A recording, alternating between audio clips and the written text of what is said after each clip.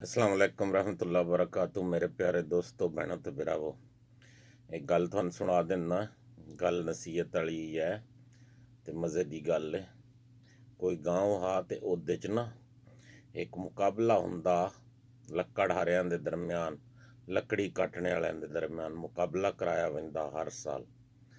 ते जेड़ा उस मुकाबले च विनर होया, जेड़ा जित जावया ना, उन बड़ा इनाम किनाम दिता वैंदा।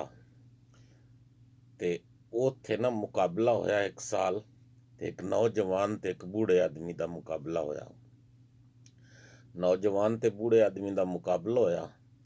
नौजवान जेड़ा ना उस आख्या ये बूढ़ा जेड़ा आदमी ना, बूढ़ा बंदा बुढ़ा, उस कित्थे जितना मैं जित बैणा। वो दोनों नू टाइम मुकर्रर हो गया लकड़ियां कट्टने। जेड़ा ज्यादा लकड़ियां कट्टे ना, या ज्यादा दरखत कट्टे, जिदा ज्यादा वजन होवे, उन्होंने इनाम दिता वैंदा। वो शुरू हो गए, जगह मुकर्रर हो गई, ओदी अद्धे हो गई, ओदी अद्धे हो गई, दूसरे पासे मुख्तलिफ जगह ते उन्होंने ला दिता गया। शुरू हो गए घंटे, 8 घंटे का टाइम रखा गया। 8 घंटे दे विच जिन्ना जिन्ना ज्यादा लकड़ियां कट्टियां जिस बंदे ने, वो विनर होवे सी, वो जित वैसी। क्या किस्सा, जो नौजवान आख्या मैं तो बुढ़े ने जितन ही नहीं देना, बूढ़े आदमी ने मैं जित बैणा। नौजवान लगातार मुसलसल लगा रहा, कुहाड़ा चलांदा रहा।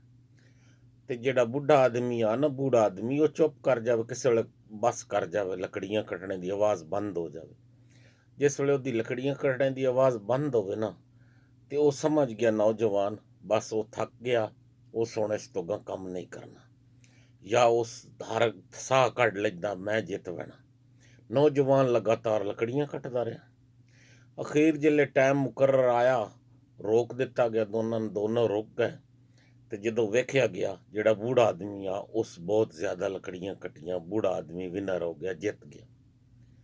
अच्छा, नौजवान नू बड़ी हैरत हुई।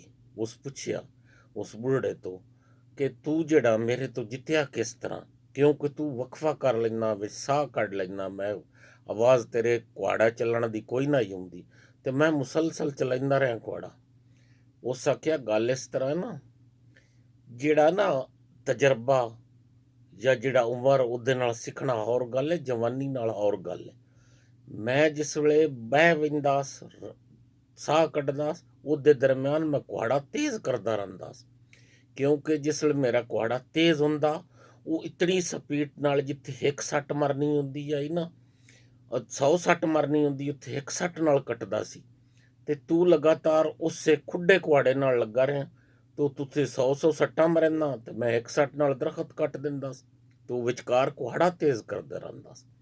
ਉਸ ਗੱਲੇ ਯਾਰ ਪਿਆਰੇ ਦੋਸਤੋ, ਲਗਾਤਾਰ ਕੰਮ ਕਰਨ ਨਾਲ ਬੰਦਾ ਨਹੀਂ ਕਾਮਯਾਬ ਹੁੰਦਾ। ਕਾਮਯਾਬ ਹੁੰਦਾ ਮੁਖਤਲਿਫ ਉਹਦੇ ਤਜਰਬੇ ਨਾਲ, ਉਹਦੀ ਚੇਂਜ ਕਰਨੇ ਨਾਲ, ਉਹਨੂੰ ਆਪਣੇ ਇੱਕ ਉਹ ਦਿਮਾਗ ਨੂੰ ਤੇਜ਼ ਕਰਨੇ ਨਾਲ, ਆਪਣੇ ਕੰਮ ਨੂੰ ਹੁਸ਼ਿਆਰ ਰੱਖਣੇ ਨਾਲ ਹੁੰਦਾ। ਇਸ ਤਰ੍ਹਾਂ ਨਹੀਂ ਜਿਸ ਤਰ੍ਹਾਂ ਉਹ ਜਿੱਤ ਗਿਆ, ਕੁਹਾੜਾ ਤੇਜ਼ ਕਰਾ, ਤੇਜ਼ ਹੁਣ ਕੁਹਾੜਾ ਹੋਵੇ ਤਾਂ ਜ਼ਿਆਦਾ ਲੱਕੜੀਆਂ ਕੱਢਣੀਆਂ ਤੇ ਜਲਦੀ ਕੱਢਣਾ। ਖੁੱਡਾ ਕੁਹਾੜਾ ਹੋਵੇ ਤਾਂ ਉਸ ਕੀ ਕਰਨੀਆਂ। ਉਸ ਗੱਲੇ ਯਾਰੋ, ਆਪਣਾ ਤੁਸੀਂ ਲਗਾਤਾਰ ਮੁਸਲਸਲ ਮਿਹਨਤ ਨਾਲੋਂ ਐਸਾ ਤਜਰਬਾ ਕਰੋ ਕਿ ਜਿੱਦੇ ਨਾਲ ਤੁਹਾਡੀ ਪ੍ਰੋਫਿਟ ਜ਼ਿਆਦਾ ਹੋਵੇ, ਆਮਦ ਜ਼ਿਆਦਾ ਹੋਵੇ।